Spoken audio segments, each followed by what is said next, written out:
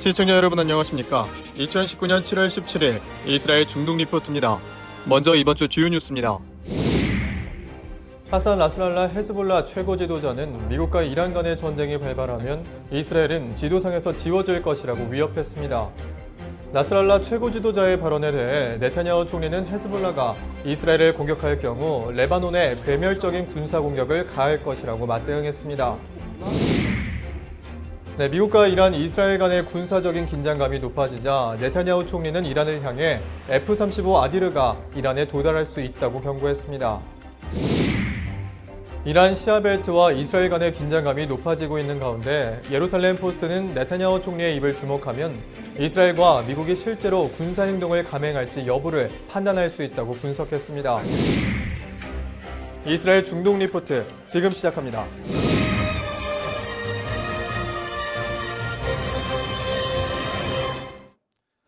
첫 소식입니다. 하산 나스랄라 헤즈볼라 최고 지도자는 미국과 이란 간의 전쟁이 발발하면 이스라엘은 지도상에서 지워질 것이라고 위협했습니다. 타임스 오브 이스라엘은 현지 언론들에 따르면 12일 2차 레바논 전쟁 발발 13주년을 맞아 헤즈볼라 최고 지도자 하산 나스랄라는 TV 채널 알 마나르에 출연해 이스라엘이 중립을 지키지 않을 경우 이스라엘은 지도상에서 지워질 것이라고 밝혔습니다. 나스랄라는 해당 매체와의 인터뷰에서 이란은 맹렬한 속도와 힘으로 이스라엘을 공격할 수 있다며 만약 미국과 이란 간의 전쟁이 발생할 경우 이스라엘이 사라질 것을 이해한다면 이란은 이스라엘 공격에 대해 다시 고려할 것이라고 말했습니다. 해당 언론과의 인터뷰 동안 나스랄라는 지도를 손으로 가리키며 벤구리온 공항, 무기창고, 석유화학시설, 아슈도드 항구 등 이스라엘 전략적 목표물들에 대해 언급했습니다. 그는 하이파의 암모니아 저장 탱크를 공격한다면 수만 명의 사상자가 발생할 것이라고 주장했습니다.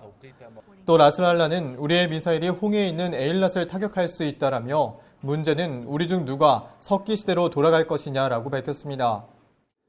또 나스랄라는 최근 이란으로부터 게임 체인저로서 방공 시스템을 얻었다면서 우리가 보유한 엄청난 수의 미사일은 2006년과 비교할 수 없을 만큼 정확하고 강해졌다고 이스라엘에 경고했습니다.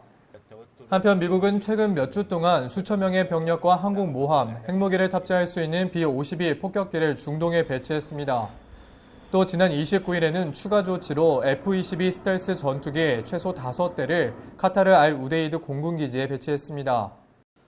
나스랄라 최고 지도자의 발언에 대해 네타냐후 총리는 헤즈볼라가 이스라엘을 공격할 경우 레바논에 괴멸적인 군사 공격을 가할 것이라고 맞대응했습니다. 네타냐후 총리는 14일 총리실에서 열린 안보내각 회의에서 이란과 싸울 준비가 된 군대는 이스라엘 군밖에 없다고 밝혔습니다. 이날 안보회의에서 네타냐후 총리는 이란 핵합의를 비난하면서 2015년 당시 자신만이 핵합의를 반대했다고 말했습니다.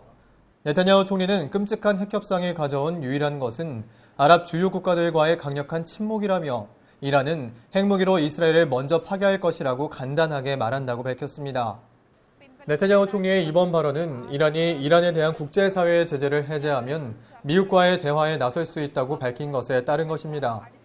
또 현지 시간 12일 트럼프 대통령이 의회 승인 없이 이란에 대한 군사 공격을 하지 못하도록 하는 내용의 국방 예산 법안 수정안이 통과되자 네타냐후 총리는 현재 세계에서 이란과 싸우는 유일한 군대는 이스라엘 군대라고 밝혔습니다.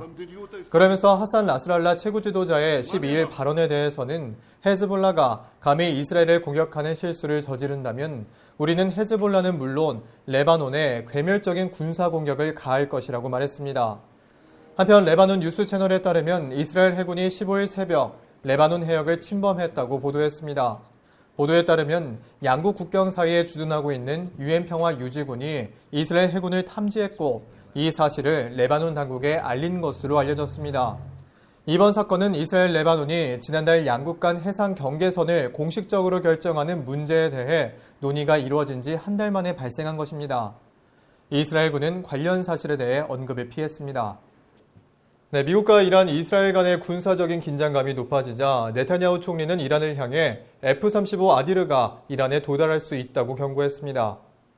예루살렘 포스트 등 현지 언론들에 따르면 9일 네타냐후 총리가 이스라엘 남부 네바틴 공군기지의 F-35 대대를 방문한 자리에서 스텔스기가 이란에 도달할 수 있다고 경고했습니다. איראן מאיימת לאחרונה בהשמדת ישראל, כדאי שהיא תזכור שהמטוסים האלה יכולים להגיע לכל מקום במזרח התיכון, גם לאיראן, בוודאי גם לסוריה. 네타냐후 총리의 이번 발언은 7월 초 모호타바 졸라우르 이란 국가안보 외교정책위원회 의장은 미국이 우리를 공격하면 이스라엘의 수명이 30분밖에 되지 않을 것이라고 밝힌 뒤 나온 것입니다. لدى أمريكا 36 قاعدة عسكرية في المنطقة علاوة على الكيان الصهيوني.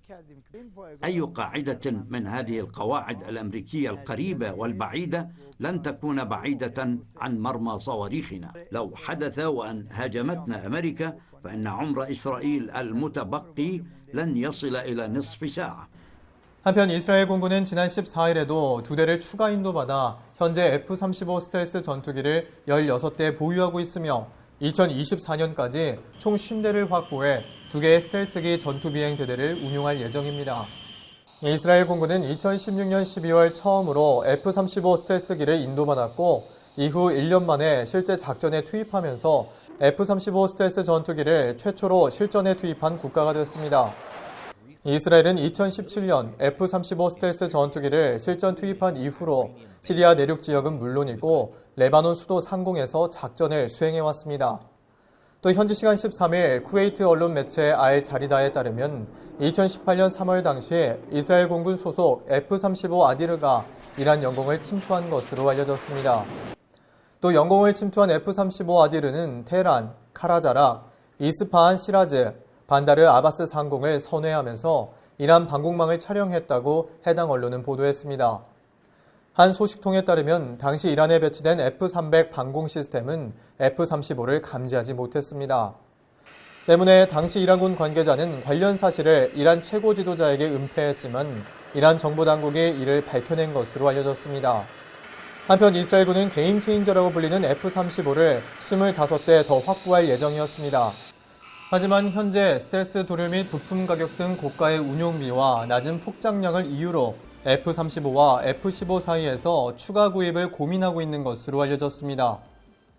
이란 시아벨트와 이스라엘 간의 긴장감이 높아지고 있는 가운데 예루살렘 포스트는 네타냐후 총리의 입을 주목하면 이스라엘과 미국이 실제로 군사행동을 감행할지 여부를 판단할 수 있다고 분석했습니다. 현지 시간 8일 예루살렘 포스트는 영내에 고조되는 긴장감에 대해 만약 네타냐후 총리가 어떤 위협에 대해 언급하면 이것은 별로 중요하지 않은 것이고 만약 이스라엘 정부가 침묵을 유지하면 이것은 심각한 것이라고 보도했습니다. 예루살렘 포스트지는 지난달 걸프 해협에서 유조선 2대와 정찰 드론이 공격받는 일이 벌어진 이후 트럼프 행정부가 이에 대한 대응으로 공습 직전까지 갔던 상황을 언급하며 당시 이스라엘 정부는 완전히 침묵했었다고 분석했습니다. 분석에 따르면 당시 트럼프 대통령은 이란에 대해 군사적인 대응 조치를 취하기로 결정했었기 때문에 네타냐후 총리 자신도 장관들도 상황에 대해서 언급하지 않았다고 봤습니다.